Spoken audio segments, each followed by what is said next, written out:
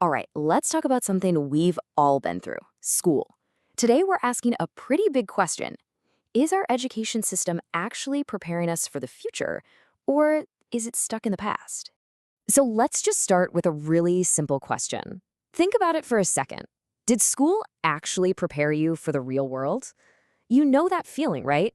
That huge gap between what you learned in the classroom and what you actually need day to day in your job and your life. Yeah, you're not alone in feeling that. Okay, so to figure out why that gap exists, we've got to go back in time. See, our education system didn't just pop up out of nowhere. It was designed very intentionally for a specific purpose and for a world that looks nothing like ours today. And this is the kicker. Our school system isn't really broken. It's actually doing exactly what it was designed to do. The problem is, it was designed back in the 1850s. Its whole goal was to create workers for the Industrial Revolution. They literally modeled it after the Prussian military system and brought it over to the UK and the US to churn out a brand new kind of workforce. And the main goal? Well, it was to take kids who were seen as kind of wild and disruptive and turn them into something called component labor. Think about that term. The idea was to create standardized workers. People who could fit into any basic job in a factory or an office, just like a cog in a machine. Interchangeable, predictable. So yeah, this was no accident. It was a very deliberate plan. Everything we think of as school, the bells ringing, moving in batches by age, standardized tests, all of it was designed to create a very specific type of person, a compliant, punctual worker who was ready to punch a clock in a factory. But here's the thing. That world is pretty much gone, right? The world of assembly lines and rote office work is disappearing fast, and that is the heart of the problem. We're using a blueprint from the 1850s to prepare people for a world that just doesn't exist anymore. I mean, think about it. The skills you need to succeed today are a world away from what was needed back then. All those repetitive tasks, that's what software and robots are for now. What our digital world actually needs, what it rewards, are things the old system was never, ever built to foster. Stuff like real creativity, innovation, and serious collaboration. In fact, it's crazier than that. You could argue that school is actively training us for failure in the modern world. It's teaching us behaviors that are the exact opposite of what we need. Let's break down 3 big wrong lessons school drills into us. All right, number 1, school teaches you to work by yourself, right? Keep your eyes on your own paper.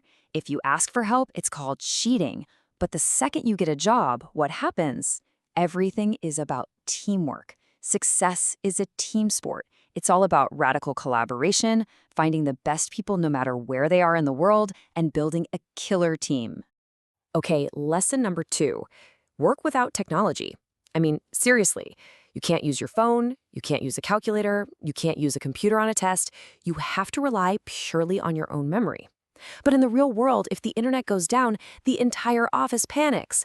We're surrounded by tools that make us smarter and more creative, yet we teach kids to work as if none of that technology exists. And this brings us to the third and maybe the most ironic lesson of all. Don't be disruptive. School is all about conformity. Sit still, be quiet, raise your hand, follow the rules. But in the business world, what's the biggest buzzword? Disruption. We celebrate disruptors. They don't get sent to the principal's office. They get put on the cover of magazines for changing the game. It's like this quote says, if you're an attention seeker in the real world, they pay you $1 billion. Think about that.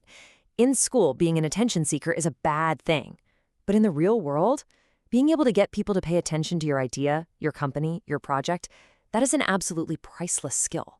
It's called leadership. It's called marketing. Okay, so if the old model is totally outdated, what's the alternative? What should we be teaching for this new digital revolution we're living in? Well, the new blueprint would have to be completely different.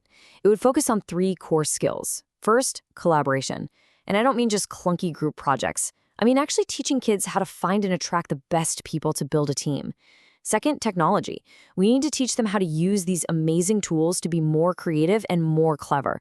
And third, disruption. We need to teach them how to challenge the status quo and innovate in a productive way. Because the end goal has totally changed. It's not about prepping for one single 40-year career anymore. The future is all about what some are calling high-velocity creative loops. It's this ability to learn something, create with it, and adapt really, really fast, over and over again.